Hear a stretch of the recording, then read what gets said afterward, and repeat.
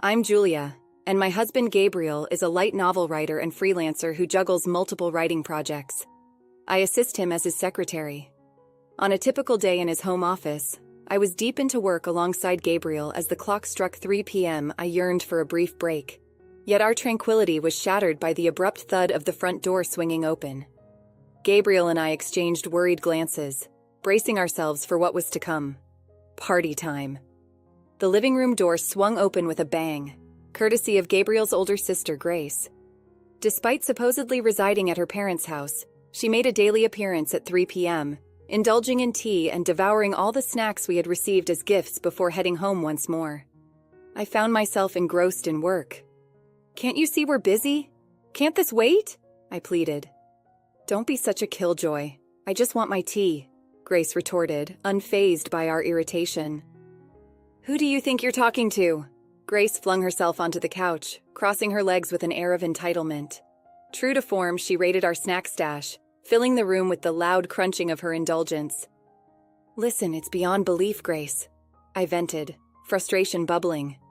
"She's so presumptuous and arrogant, acting like the world revolves around her. She claims to be a live streamer, but who knows how much she earns or anything about her work-from-home setup. And then she has the nerve to demand tea from me, her sister-in-law, as if I'm her servant." As a result, Grace had received a scolding from my in-laws, though it was merely a temporary halt to her behavior. This demeanor had persisted since I first began dating Gabriel in high school, so it didn't faze me much. "Handle it yourself," I retorted. "Don't you dare sass me," Grace shot back, her words punctuated by the scattering of snacks from her mouth to the floor. "You dare talk back to me? You're the newcomer here. You should know your place. As the eldest daughter, I demand respect. If you can't handle it, then maybe you should consider a divorce." I was seething with anger at Grace's remark, but it was Gabriel who displayed frustration first. "That's it. You're being unbearable. Leave." "What? Hold on. Gabriel rose from his seat, seized Grace's arm, and escorted her out, her protests echoing through the room. "And if you ever use the spare key we misplaced, or is it stolen, to get in here again, I won't be so forgiving. I'll be informing Mom and Dad about this." "Enough, Grace. Enough fuss," Gabriel commanded firmly. He reached the front door where Grace continued her complaints and secured the chain lock, ensuring she couldn't barge in again. With deliberate clarity, he made sure Grace heard the lock clicking into place. Then Gabriel swiftly dialed the number on his phone. "Dad, Grace is here again. Just a moment." Gabriel paused to address his father. The persistent knocking on the door echoed throughout the room.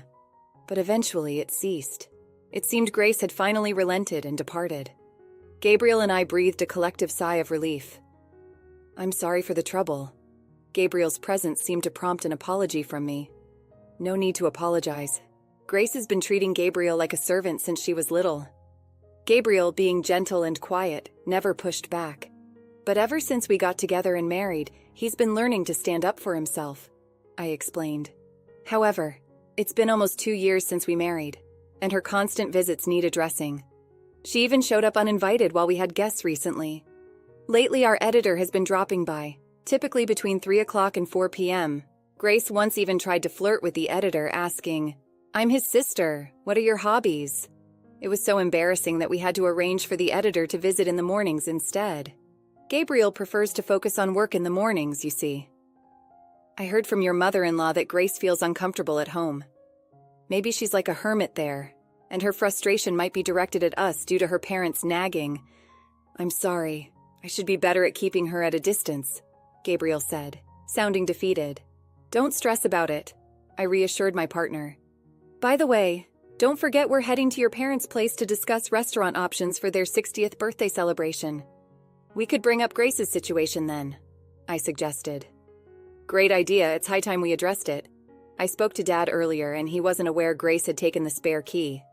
But they do change their hiding spot regularly, don't they?" my partner responded. "Yeah, Dad recently stashed it in his wallet, which caused a bit of a hiccup," I confirmed. "What's the matter?" I inquired. "It appears that some money went missing along with the key," my partner responded solemnly. "What?" "But she's denying it, so tensions are running high back at home," I expressed concern. I was hesitant to broach the topic given the circumstances. but I truly appreciated my in-laws, who had been kind to me since high school. Determined to properly celebrate their 60th birthdays, I affirmed, "I want your parents to have a wonderful time. We'll address the issue when the moment is appropriate."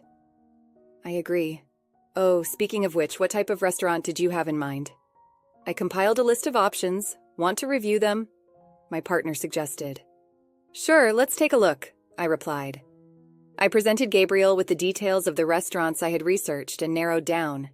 Seeing how diligently Gabriel worked, I wanted to offer my support in this regard for the celebration. I intended to let my in-laws choose from the shortlisted options. A week later, we buzzed the intercom at my in-laws' house, but there was no response. "Strange, they should be home," I remarked. "Their cars aren't here. Maybe they're out," Gabriel suggested. "Probably shopping, getting things ready for our visit," I added optimistically.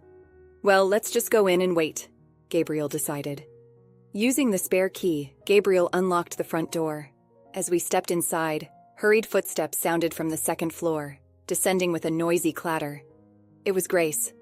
"Couldn't you have answered the intercom if you knew we were coming?" I scolded. "I'm busy," Grace snapped back. "Hello, sister-in-law." Grace greeted me curtly as usual, but her hurried descent hinted at another reason for her sudden appearance. "Did you two prepare for Mom and Dad's 60th birthday celebration?" Grace inquired. "Yes, we did. Why do you ask?" I responded. "Where is it? Show me," Grace demanded. "Ha, but you said you weren't coming, sis," I reminded her. "I changed my mind. Just show it to me," Grace insisted. "Here it is," Gabriel replied, revealing the setup. Originally, Grace had planned to skip the celebration altogether. "Do we need to celebrate that?" she had remarked. But the true reason behind her reluctance was something unexpected from a daughter. Yet, for some unknown reason, she decided to join. "Oh, look at the esteemed writer, huh? You must be swimming in success. This fancy restaurant you've chosen, quite the high roller move," Grace remarked, eyeing the information she snatched from Gabriel with a snide chuckle. "Why do you have to say things that irritate me?" Gabriel snapped back. "Why not? You must be raking it in, right? Though I'm making multiples of that, just so you know," she continued, her words always aimed at belittling Gabriel. If she truly earned multiples of his income, she'd easily clear 6 figures annually. However, there's no evidence to support this claim. Also, it was Julia who selected the restaurant. "Okay, can you please stop being so rude?" Grace's intense stare made me uneasy. I instinctively retreated, asking, "What's on your mind?" But Grace proceeded to utter something utterly outrageous. "Ah, there it is, Gabriel. You're finally witnessing this woman's true nature, aren't you?" "What? Oh, never mind. I'm excited for the celebration. Catch you later." Gabriel brushed off the comment. Grace then forcefully ushered both of us out the door. Strangely, she held on to the document, continuing her disruptive behavior yet again. "Well, no big deal. We can print out the restaurant details whenever we need to, and then we can show my in-laws the photos to confirm," I reassured Gabriel. As it happened, our in-laws had completely forgotten about our visit that day and had gone to a Sunday farmers market instead. They apologized to us later for the mix-up. With the venue finalized and the reservation complete, we eagerly awaited the day of the 60th birthday celebration. As we arrived on site, Grace and our parents were already there. Despite our earlier awkward exchange with Grace, we tried to push it aside. However, her smug smile directed at me sparked a sense of unease. Nevertheless, we proceeded into the restaurant. We were led to a private room, exquisitely designed in traditional Japanese style, surpassing the beauty depicted in online photos. Just as my in-laws began to admire the room with smiles on their faces, Grace interjected from behind us, her grin mischievous. "Don't let yourselves be deceived, Mom and Dad," she remarked suddenly. Suddenly, Grace pointed a finger at me and shouted, "You're after our family's wealth, aren't you?" Her accusations startled not only me, but also Gabriel, my father-in-law, and my mother-in-law, leaving us all in blank surprise. "Wealth? What?" I stammered, utterly confused by the sudden accusation. "What nonsense! We're just an ordinary middle-class family," Gabriel angrily interjected. But Grace's theatrics were far from over. "As the eldest daughter, I'm set to inherit this house. You're planning to target my parents too, aren't you? I won't be fooled." Grace continued her tirade. "I don't understand what you're talking about. Why would you think I'd do such a thing? I attempted to reason, but Grace seemed unwilling to engage in dialogue. I've seen right through you from the start. You're a dangerous woman getting close to Gabriel, and now this, Grace accused. That's absurd. Gabriel and I have been together since high school. If wealth was my goal, I would have chosen differently. I defended, incredulous. Grace merely snickered at Gabriel's disbelief and continued her tirade. A woman not after money would have picked a more modest restaurant. But look at this lineup. All expensive places, she boasted. Grace threw some documents she had taken from Gabriel a few days ago into our hands. What's the point? I asked. Don't you see? This woman believes she can manipulate your wealth however she pleases. Simple-minded men. Grace jeered, bursting into laughter, oblivious to our growing realization of the situation's hopelessness. I won't hand over the family's wealth, Gabriel. Do you see it now? This woman's true colors, Grace declared, urging Gabriel to understand. Having her as a family is a nuisance. You two should divorce, Gabriel. This is an order from your elder sister. For the peace and security of our home, you need to divorce her and leave.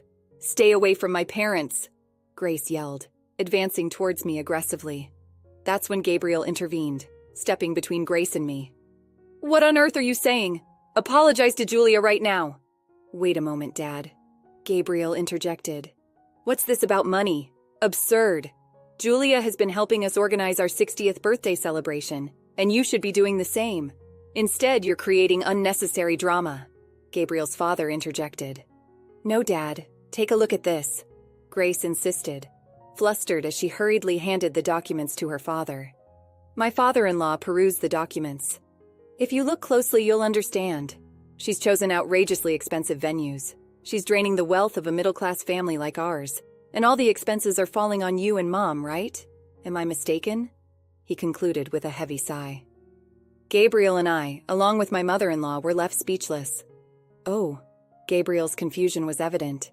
She's claiming we're footing the bill for the 60th birthday celebration, I clarified. Huh? Grace's eyes widened in surprise. Well, it would be rather odd for the honored to foot the bill, she reasoned. Wait a moment, so you're insinuating Julia is still spending Gabriel's money recklessly? See, I knew it all along, Grace accused. What nonsense is this? Julia works alongside me and you know my salary supports us both. There's no reason for concern, Gabriel countered. But, Grace faltered. And? What's your take on this, Mom? Grace turned to her mother, hoping for support. My mother-in-law stood there silently, her head bowed. Exactly, Mom. You understand, right? Grace appealed. Listen, each of these venues holds cherished memories for your father and me, my mother-in-law explained. Grace was stunned. Julia specifically consulted us about it. She wanted to incorporate our memories into the celebration and choose a menu based on them, my mother-in-law continued. No way. Your disrespectful accusations are truly shameful. My mother-in-law's voice quivered with emotion. Grace was finally realizing her misconceptions, but it was too late to amend her errors, a realization that would soon become painfully clear. You've caused enough trouble. You're not welcome here anymore. Go home, Gabriel's father declared. But Dad, why are you being so harsh? I'm your daughter. You can't just throw me out, Grace protested. But you were planning on not attending in the first place, weren't you? Don't worry about the cancellation fee, I'll cover it, Gabriel's father replied firmly. Wait, hold on. It seems we failed to raise you properly. We've indulged you as our daughter, but now we've reached our limit. Leaving is for the best. Don't make decisions without consulting us, Gabriel's mother added, turning to Grace. I agree. What do you, Gabriel and Julia, think? My mother-in-law's smile was unsettling as she spoke cheerfully. Grace looked at us with teary eyes as if pleading for help, but I remembered my sister's advice not to intervene in family matters. No, that was about my parents, I interjected. Ah, I see. Then I'll keep my distance. Please leave, my mother-in-law concluded, her tone final. Sister-in-law. Grace reached out for me, but my father-in-law swiftly intervened, positioning himself between Grace and me. Go home, he commanded, his voice low and stern. Grace glanced at my father-in-law's determined expression, recoiled, and promptly exited the restaurant. Afterward, we celebrated my in-laws' 60th birthdays and savored our meal. Upon returning home, it was apparent that Grace had been sulking. However, my father-in-law reiterated that she should leave. Grace burst into tears and caused a scene, prompting us to contemplate sending her to a rehabilitation facility. "I'm not sick," she spat out before disappearing. Rumors circulated that she found a job at a dormitory, but she struggled to maintain it, frequently changing jobs and addresses. Meanwhile, we remained dedicated to our daily grind. Our bond with my in-laws remained strong, and we cherished our time together. While we couldn't help but worry about our sister-in-law's well-being, we had no desire to endure her selfish behavior again. My priority remained supporting my husband so he could devote more energy to his work. Let's conclude the story shortly. Life went on, a bittersweet symphony of joy and worry. Gabriel's writing career flourished, his talent nurtured by the peace I fiercely guarded in our home. My in-laws, a source of warmth and wisdom, became my second family. We celebrated birthdays and holidays, sharing meals filled with laughter and reminiscing about their 60th, a triumph over Grace's chaos. Yet Grace remained a shadow, a fleeting whisper of what if. News of her whereabouts arrived in fractured pieces, a lost job here, a new city there. Each time, a pang of sympathy resonated, quickly overtaken by the firm resolve to protect the life we'd built. We had learned that sometimes, the kindest act is to let go, to allow others to face the consequences of their actions, and hopefully find their path. Our story wasn't a fairy tale, but a testament to the enduring power of love, hard work, and the quiet satisfaction of a life well lived, free from the shackles of another's dysfunction. We found happiness, not in a perfect world, but in the imperfect reality we carefully curated brick by brick with patience and unwavering love. After experiencing the full journey of our story, we'd love to hear your thoughts. How did the story resonate with you? Don't forget to like, subscribe, and stay blessed. Thank you for watching, and see you in the next story.